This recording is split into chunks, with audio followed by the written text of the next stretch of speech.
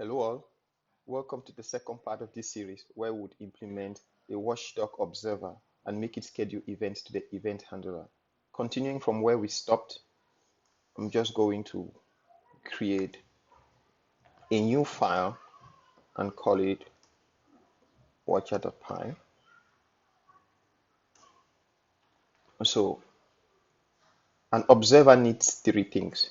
It needs the observer, the handler, and the source path. The source path is the folder that you'll be watching. So I'm just going to import all of that.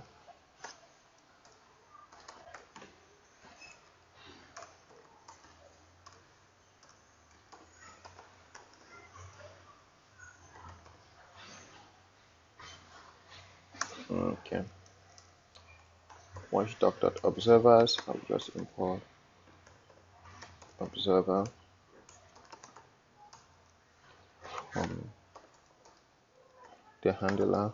I'll import the file event handler, and then I'll create a class. I'll call it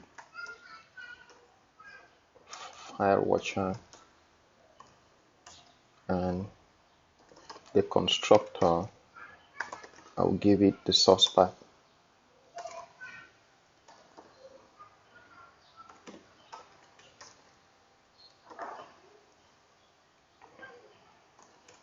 And here I would say self dot underscore source path. I want to make these private variables is equal to the source path, and self dot underscore handler s will be equal to the file event handler. I'll instantiate it too, and then self dot underscore observer will be the observer. And the next thing would be I'll define three methods here. The run method will be the method that calls this watcher to make it run, and I'll make it run indefinitely. So basically all we need to do is say self.start. Start will be the method that I will implement to start the scheduler and make it schedule events to the event handler.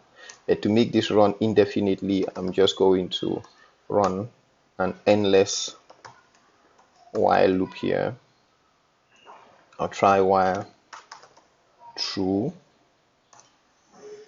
I'll just say time dot sleep one. Oh, I forgot to import time. I'll do that in a bit. And then except there is a keyboard interrupt, and then I'll just do self.stop and import time here.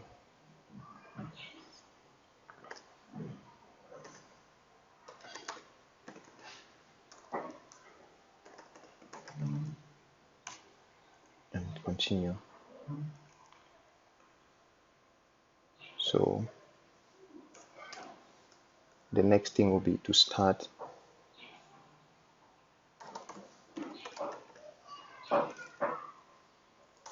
takes in self, and I'll do self.underscore schedule, which will be another method that I will implement that does the actual scheduling, and then self.underscore observer dot start. This actually starts the observer. I'll define the stop method. Takes in self, and then you say self dot observer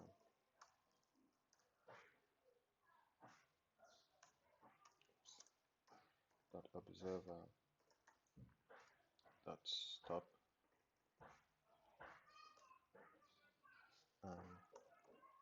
observe.observer.join,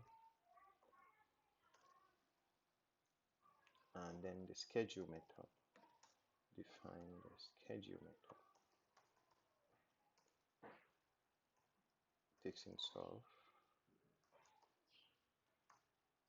and this is what does the actual scheduling, which is solve.underscore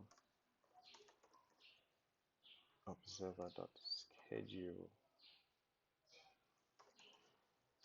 It takes in three things. It takes in the handler. Oops. It takes in the handler.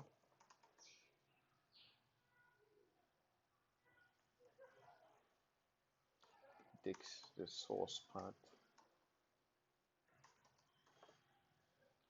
and then you can say recursive is equal to true, just so that we can have a recursive event handling for folders that will be created inside the folder. And that is it for this. So I think we should do a little bit of formatting here. Yep. Yeah, it should be okay, I think. So if everything is okay,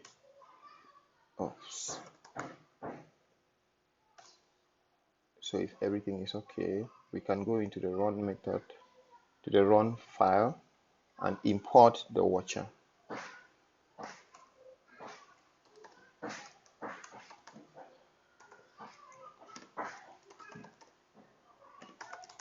Can import the file watcher, and then here we can say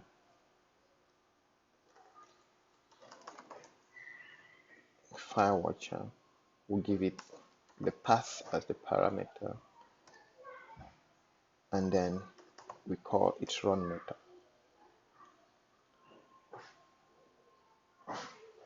and we should be able to run the code now. Hopefully everything is okay.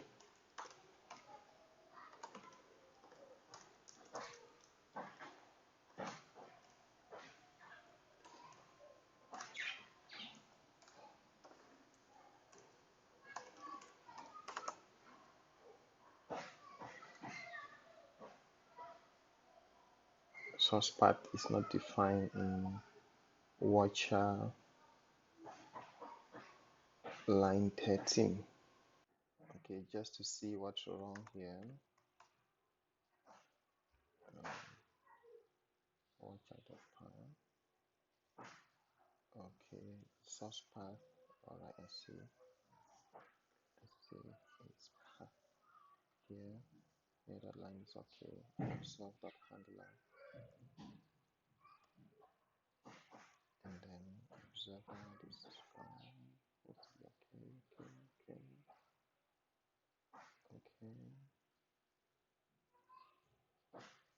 Okay, self.observer.schedule, self.handler, self.source path here.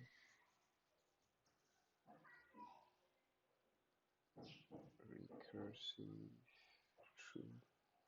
I think we should move the time function, the time import. I think it should be at the top since it's a Python import. Okay. And let's see. If everything is okay, the code should be able to work now, hopefully.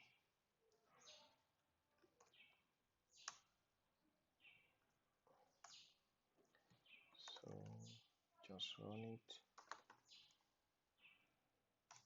and so if I create a file here, let me just create one.pdf.